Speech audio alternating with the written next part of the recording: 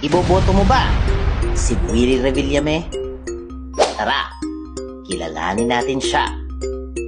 Siya ay isang kilalang TV host at negosyante na sumikat sa mga programang Wawawi at Wawawin, kung saan nagbibigay siya ng tulong sa mahihirap, pera, bahay at kabuhayan.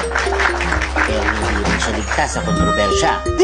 Noong 2011, naharap siya sa kaso ng child abuse matapos ipasayaw ang isang batang lalaki sa live TV.